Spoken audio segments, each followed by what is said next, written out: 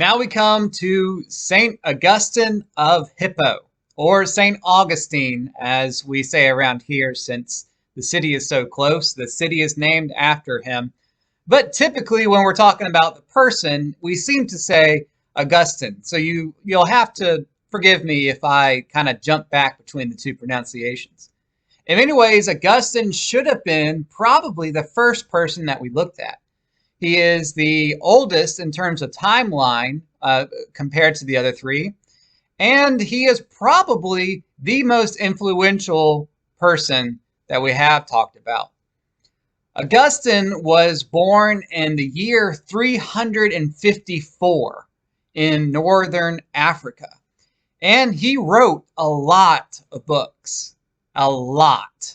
You'll be reading some excerpts from some of them.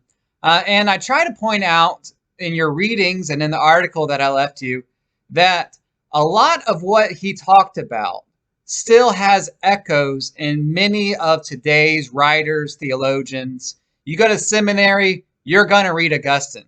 You pick up a book by someone who is trying to make some sort of point about justice or about how the church history has functioned ever since the beginning of Christianity, you're going to read some Augustine. If you pick up a modern day theologian book, you're going to read some Augustine. Whether or not they are agreeing with Augustine is up for debate maybe, but they are going to be engaging with Augustine at some point. He has his hands in everything that makes Christianity Christianity. And the reason why is because he wrote on everything that has to do with his faith. Everything from the Trinity to whether or not Christians should engage in war to the understanding of original sin, if that's something you might be familiar with, comes from at least starting place with Augustine. He was born in the year 354 to a Christian mother and a father who converted to Christianity on his deathbed. And for the first 20 years or so, maybe a little bit less of his life, Augustine wasn't a Christian himself. Now, the church, it existed in some form, but it did not have this exact kind of structure, or it definitely did not have its kind of far reach that it has today. So the church was more or less kind of a collection of writers, thinkers, theologians into small house churches, and then some larger cathedrals and all of that at this point. But it was definitely not what it was today. So for Augustine to be born in a Christian family at this time is more or less an anomaly, because you still have pagan religions that are widespread. You still have the Roman Empire that is expanding at this point.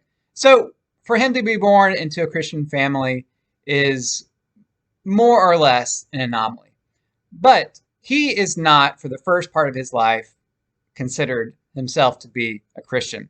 He has a later in life conversion, probably early 20s or so, and at that point goes on to do writings and meditations and letters and seminars and meetings, and he is someone who, when the church looks back at church history, acknowledges that without Augustine, the church would not exist as it is today.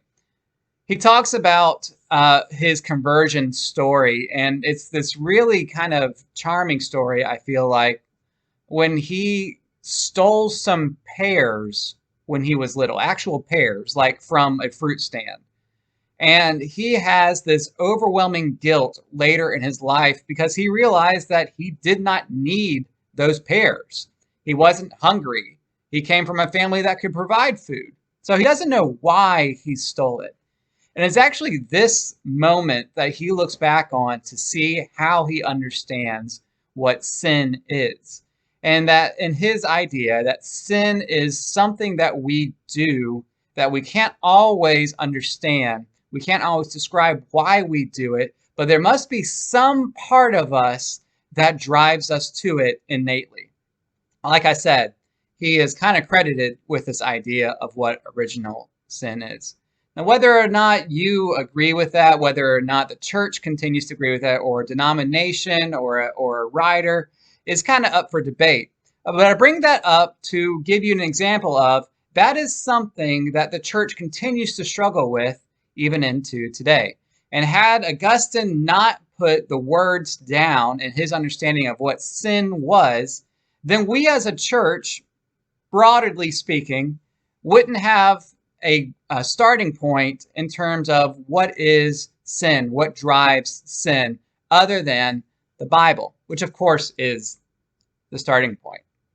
And Augustine would always look through the lens of Scripture when he did these writings.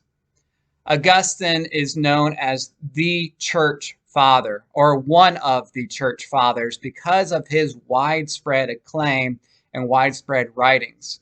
I hope that you'll enjoy reading him today. I've tried to pull out some different sections of his writing in his books.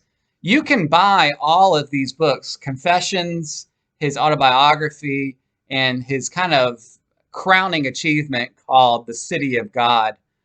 You can buy them at a local bookstore usually. And if they don't have it, you can definitely buy it on Amazon. St. Augustine, is someone who, even in the early stages of Christianity, still continues to have influence on the rest of us today. He lived from 354 to the early 400s in northern Africa, but he is credited with being one of the starting voices in what we know as Western Christianity. Now, there wouldn't be a split until later between Western and Eastern Christianity. So even the Eastern churches now, when they look and they talk about people who are important in starting the faith, they talk about Augustine. I hope you enjoy him. I hope that you read him and you struggle with him maybe a little bit and think, do I really think this? Or what is he coming from? Or maybe even, if I agree with this, what part of me drives me to agree with him? This is St. Augustine of Hippo.